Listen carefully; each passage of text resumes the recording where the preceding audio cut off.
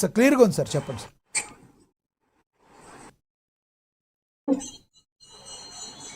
లక్ష్మీనాథ్ గారు నమస్తే. Panel members అందరికి నమస్కారం. నా వాయిస్ క్లియర్ గా ఉందా, వినపడుతుందా? క్లియర్ గా ఉంది, చెప్పండి సార్. క్లియర్ గా ఉంది. ఓకే. వైఎస్ఆర్ కాంగ్రెస్ పార్టీ మొన్న అమరావతికి సంబంధించినటువంటి పెనమాక, ఉండవల్లి, ఎర్రబాలెం ఈ రైతులకు సంబంధించినటువంటి సమస్యల మీద రైతు పరిరక్షణ కమిటీ పేరుతో అమరావతిలోకి వెళ్లాలనేటువంటిది వైఎస్ఆర్ కాంగ్రెస్ పార్టీ నాయకులు చేసినటువంటి ప్రయత్నం. వైఎస్ఆర్ కాంగ్రెస్ పార్టీ నాయకులుగా ఉన్నటువంటి అమ్మటి రాంబాబు, దేవినేని అవినాష్, లేళ్ల అప్పిరెడ్డి, పేరు నాని, ఈ విధంగా వైఎస్ఆర్ కాంగ్రెస్ పార్టీ నాయకులందరూ ప్రయాణమై వెళ్ళారు. రైతు పరిరక్షణ కమిటీలో రైతులైతే ఊర్లేరు. ఈ విధంగా వెళ్ళేటువంటి క్రమంలో అమరావతికి సంబంధించినటువంటి కొంతమంది రైతులు వీళ్ళని అడ్డుకున్నారు ఉండవల్లి సెంటర్లో. ఎందుకు అడ్డుకున్నారు, కారణం ఏంటి అని అంటే, వైఎస్ఆర్ కాంగ్రెస్ పార్టీ 2015 నుంచి ఇప్పటి వరకు రాష్ట్ర రాజధాని అమరావతికి వ్యతిరేకంగా ఉంది, వ్యతిరేకంగా మాట్లాడుతోంది, వ్యతిరేకమైనటువంటి ప్రచారాలు చేసింది. అక్కడ శ్మశానం అనేది అడివని, అక్కడ తొవితే నీళ్లు వస్తాయని, మునిగిపోద్దని, కట్టడాలకు పనికిరాదని, ఇలాగ అనేకమైనటువంటి ప్రచారాలు చేసింది. వాళ్ళు అధికారంలోకి వచ్చే ముందు 2019లోనేమో మేము ఇక్కడే అమరావతి ఉంటుందని చెప్పారు. ఆ తర్వాత 3 రాజధానులని 3 ముక్కలాట ఆడి రాష్ట్రానికి సంబంధించినటువంటి మొత్తము రైతులకు సంబంధించినటువంటి మనోభావాలను దెబ్బతీసినటువంటి పరిస్థితి ఉంది. కొన్ని 3 రాజధానులు ఏమైనా కట్టారంటే అది లేదు, వాళ్ళు వల్ల కాలేదు. 2024 ఎన్నికల తర్వాత అయినా సరే, ఇప్పుడైనా సరే, ఇప్పుడు రాజధాని అమరావతికి చట్టబద్ధత వస్తుంది. పార్లమెంట్ లో అక్కడ మన విభజన చట్టాన్ని సవరణ చేసుకొని చట్టబద్ధత కూడా అమరావతికి కల్పించుకోవడం అనేది జరిగింది. ఇప్పుడు కూడా వైఎస్ఆర్ కాంగ్రెస్ పార్టీ మాదిగన్ అనేటువంటి ఒక ప్రతిపాదన జగన్మోహన్ రెడ్డి తీసుకురావటం, ఇవన్నీ కూడా కొంత జనంలో నవ్వు తెప్పించేటువంటి విధంగా తయారైనటువంటి వ్యవహారం. తర్వాత మొన్న రైతులు వెళ్ళినటువంటి క్రమంలో పెనమాక రైతులు, ఇతర ఎర్రబాలెము, అదే విధంగా తాడేపల్లి, వీటికి సంబంధించినటువంటి రైతులు కొంతమంది వెళ్ళి మా భూముల్ని బలవంతంగా లాక్కునేటువంటి ప్రయత్నం చేస్తున్నారు అనేటువంటి విధంగా జగన్మోహన్ రెడ్డితో మాట్లాడినటువంటి క్రమంలో జగన్మోహన్ రెడ్డి చేసినటువంటి వ్యాఖ్యలు కూడా మరింత వివాదాస్పదంగా మారాయి. అమరావతికి సంబంధించినటువంటి ఎవరైతే రైతులు ఇచ్చారో వాళ్ళకి ఇష్టం లేకపోతే తిరిగి ఆ భూములు వాళ్ళకి వెనక్కి ఇచ్చేస్తాం మేము అధికారంలోకి వస్తే అని ప్రకటించాడు జగన్మోహన్ రెడ్డి. అంటే వీళ్ళు మళ్ళీగిన అధికారంలోకి వస్తే అమరావతి అనేటువంటి రాజధాని ప్రాంతానికి, అమరావతికి వ్యతిరేకం అనేటువంటి దాన్ని చాలా స్పష్టంగా ప్రకటించి భూములు మీకు ఇష్టం లేకపోతే వెనక్కి ఇచ్చేస్తాం రైతులకి అనేటువంటి విధంగా మాట్లాడినాడు.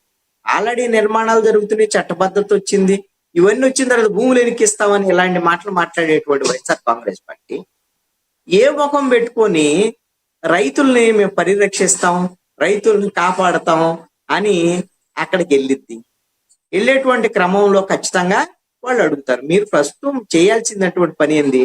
అమరావతికి సంబంధించినటువంటి విషయంలో నిర్మాణాలు జరుగుతున్నాయని ఒప్పుకుంటున్నారు మీరే, ఎందుకు అని అంటే అక్కడ అవినీతి జరుగుతుంది, లేకపోతే ఒక స్క్వేర్ ఫీట్ కి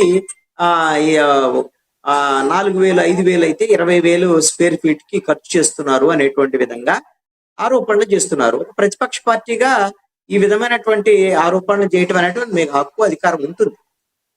కానీ ఇప్పుడు నిర్మాణం జరిగేటువంటి క్రమంలో అసలు అమరావతి అనేటువంటి దాన్ని భవిష్యత్తులో మళ్ళీ వస్తే మేము అమరావతిని కొనసాగించబోనేటువంటి సంకేతాలు ఇస్తూ ఇప్పుడు రైతుల్ని పరిరక్షిస్తాం, రైతుల సమస్యల మీద మాట్లాడతామనంటే మీరు దురుద్దేశపూర్వకంగా అమరావతికి వెళ్తున్నారు అనేటువంటిది అందరిలో వచ్చేటువంటి అంశం. ఈ విధమైనటువంటి దురుద్దేశంతో మీరు వెళ్ళి ఏం చేస్తారు? అమరావతికి వ్యతిరేకంగా మాట్లాడతారు, అమరావతికి వ్యతిరేకంగా కొంతమందిని తయారు చేసేటువంటి ప్రయత్నం, లేదంటే అమరావతి ప్రాంతంలో అలజడి సృష్టించడం ద్వారాగా ఆ ప్రాంతంలో పెట్టుబడులు రాకుండా ఇప్పుడు ఎవరైతే రుణాలు ఇచ్చేటువంటి బ్యాంకులు ఉన్నాయో వాళ్ళ నుంచి కూడా ఏమైనా అభ్యంతరాలు వచ్చేటువంటి విధంగా ఏమైనా చేయాలని కుట్రలు ఉన్నాయా అనేటువంటి అనుమానం కలిగింది. దీనికి అందుకనే రైతులు మీరు అమరావతికి వ్యతిరేకమా అనుకూలమా అని చెప్పి మీరు అమరావతి ప్రాంతంలోకి రండి అని వాళ్ళు అడిగారు. దీన్ని అవకాశంగా వాడుకున్నది తెలుగుదేశం పార్టీకి కూడా. అక్కడ రైతులతో పాటు తెలుగుదేశం పార్టీకి సంబంధించిన నాయకులు కూడా ఉన్నారు. వైఎస్ఆర్ కాంగ్రెస్ పార్టీ వాళ్ళు మీరు రావడానికి వీల్లేదనేటువంటి విధంగా అడ్డుకోవటం వ్యవహారం ఇవన్నీ కూడా జరిగాయి. రైతులు అడ్డుకోవటాన్ని ఖచ్చితంగా ఆ విధంగా అడగటాన్ని నేనైతే తప్పు పట్టలేను.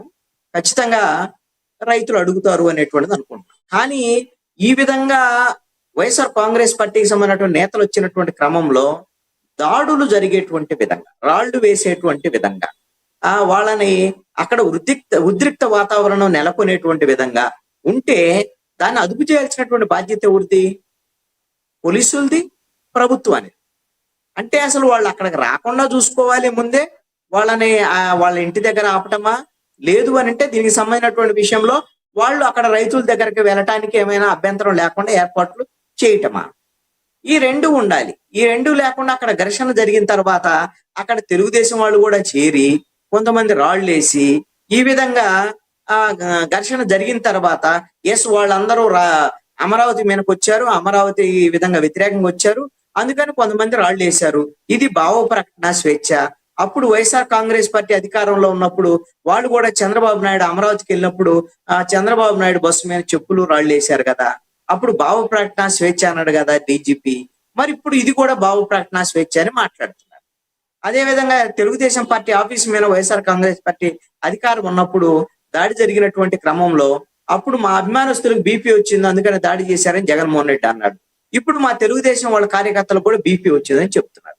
నేను ఇప్పుడు తెలుగుదేశం వాళ్ళని అడిగేది ఏంటి అంటే, వైఎస్ఆర్ కాంగ్రెస్ పార్టీ ఆ రోజున అలా చెప్పింది కాబట్టి దాడుల్ని భావ ప్రకటన స్వేచ్ఛని, నిరసనల పేరుతో దాడులు చేయటాన్ని, అదే విధంగా బీపీ వచ్చిందనేటువంటి పేరుతో తెలుగుదేశం పార్టీ ఆఫీస్ మీద చంద్రబాబు నాయుడు ఇంటి మీద దాడి చేసిన క్రమాన్ని అందరూ రాష్ట్రంలో ఉండే ప్రజలందరూ వ్యతిరేకించారు. ప్రజాస్వామిక వందల అందరూ వ్యతిరేకించారు. నేను కూడా బలంగా వ్యతిరేకించాను ఆ రోజున.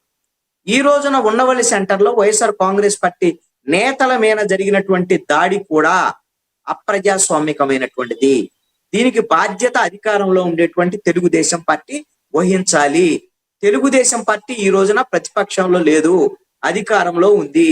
మీ బాధ్యత ఎవరైనా ఒకవేళ అల్లర్లు సృష్టించేటువంటి ప్రయత్నం చేస్తే అదుపు చేసేటువంటి వ్యవహారం పోలీసులది తప్ప మీరెళ్ళి మేము దాడులు చేస్తాం, మేము రాళ్ళు వేస్తాం, వాళ్ళు వస్తే మేము దాడులు చేయమా అనేటువంటి విధంగా మాట్లాడటం ఇది ఖచ్చితంగా తప్పు. ఇది వైఎస్ఆర్ కాంగ్రెస్ పార్టీ ఖచ్చితంగా గొడవలు జరగాలని కోరుకున్నదే, తెలుగుదేశం గొడవలు చేసింది అక్కడ.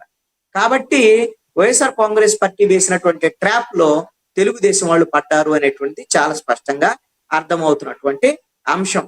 ఈ విషయంలో కూటమి ప్రభుత్వం ఒకసారి పునరాలోచించుకోవాలి. వైఎస్ఆర్ కాంగ్రెస్ పార్టీ వాళ్ళ మీనే కేసులు పెట్టారు. అయితే ఏదైతే అంబటి రాంబాబు గారు ఉన్నారో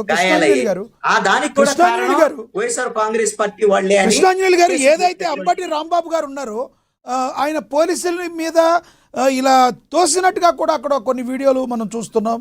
మరి దాన్ని ఎలా చూడాలంటారు? ఏమండి, ఒక ఘర్షణ జరిగేటప్పుడు 10 మంది ఉన్నప్పుడు వాళ్ళు వీళ్ళు తోసుకుంటారు. అది వేసి దాన్ని చూపించి అంబటి రాంబాబు ఏదో పోలీసుల మీద దాడి చేశాడు అని, లేకపోతే ఇప్పుడు పోలీసులకు రాయి తగిలింది, ఆ రాయి ఎవరు వేశారు? తెలుగుదేశం పార్టీ ఆయనకు సంబంధించినటువంటి వ్యక్తి